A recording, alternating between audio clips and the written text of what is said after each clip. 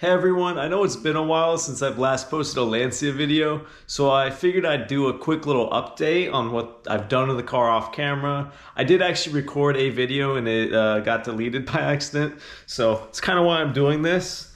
The main thing I really want to show is I fixed the boost problem I had. If anyone watched the previous videos, they saw that I was getting about half boost. I know some people even pointed that out. I was getting like 0.6 bars when I should be getting 1.2, and now I'm getting it.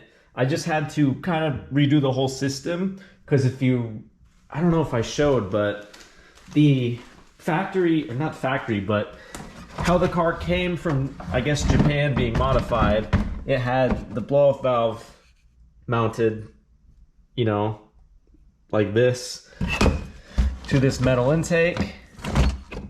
And yeah, this is bad. It did not function very well.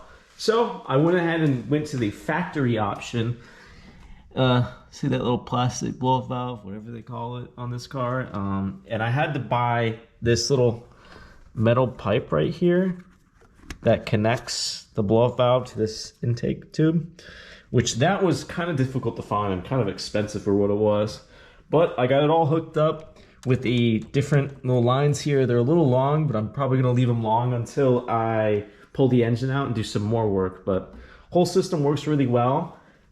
And yeah, I even did the lower tube as well that goes like to the turbo.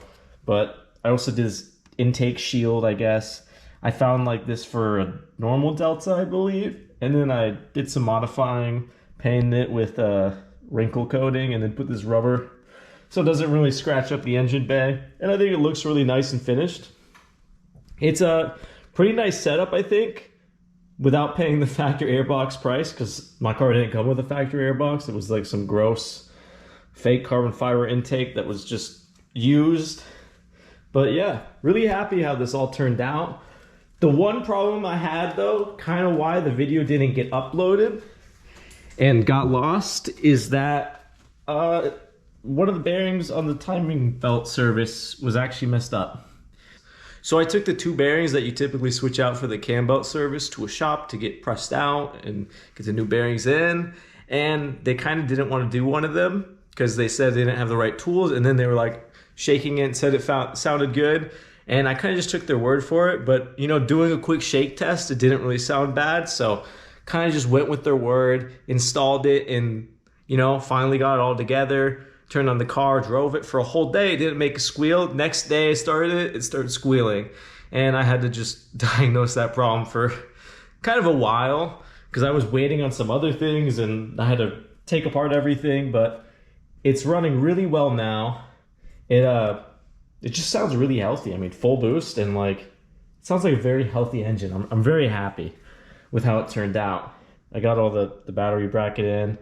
I still need to get AC. I think I just need to replace the O-rings because I filled it up and had AC for a month, and then I like just didn't drive the car for a couple months, and I turned it back on, didn't have AC anymore. So I assume it probably just leaked out through the O-rings, maybe somewhere else. I'll take it to an AC shop to get it assessed, but yeah. If you also notice, I have new top hats and camber plates for the in-track suspension that I mentioned before. You can kind of see it in there. I recorded a video for that. I'll be putting that out soon, so if you're interested in that, I guess go ahead and subscribe. If you also noticed, I had the wheels repowder coated because there's not many wheel options for these Lancias, and I actually kind of like these N-key wheels. They're competition only. They're actually pretty rare. I mean, I guess most wheels set up for 5x98 lug pattern, but I think they look really good in gold. And new tires as well, because the old tires rubbed with the suspension. They just weren't the right size.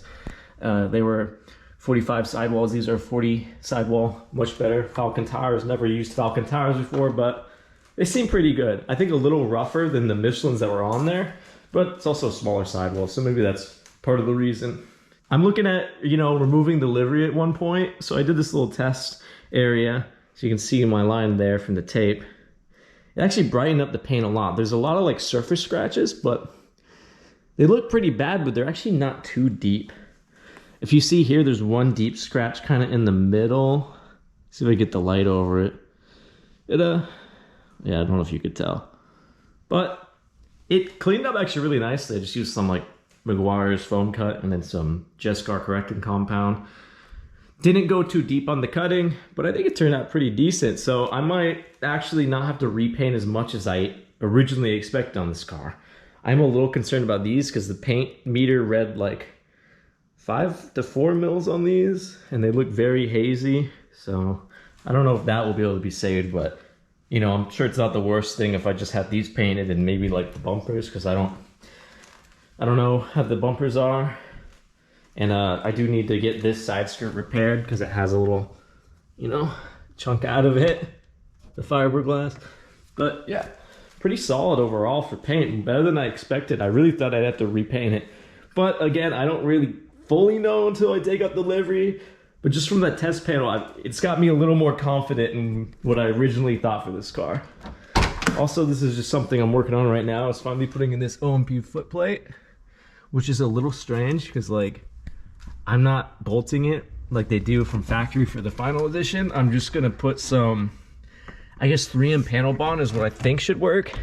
I made the first bracket because the ones that came with it, they're too short to go through the foam insulation and the carpet. It just isn't enough to get it high enough off.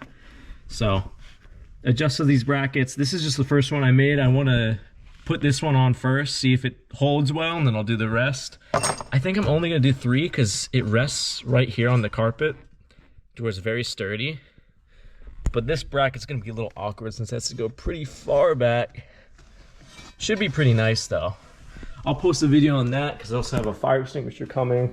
But yeah, that's pretty much all I've done to the car so far, and what I'm planning on, I'll get that Intrax install video out soon. I do have the rest of the suspension coming at some point, but these European countries that sell these parts take a little bit longer to ship just from parts availability. So I don't know when that part will be, but I do know I have the Intrax video ready. So if you want to see that, I guess go ahead and subscribe. I would be trying to make videos more frequently for this car, but again, parts availability makes it a little difficult. I need to get the suspension aligned. So once I get the suspension aligned, I'll probably do a driving video. So hopefully that comes out soon as well. I do need to get the suspension aligned still. So hopefully I can do that soon and then do like a POV driving video. I think I can mount it to this, and it might be a better POV position than what I've had before. So if you want to see content like that, go ahead and subscribe. And again, thanks for watching.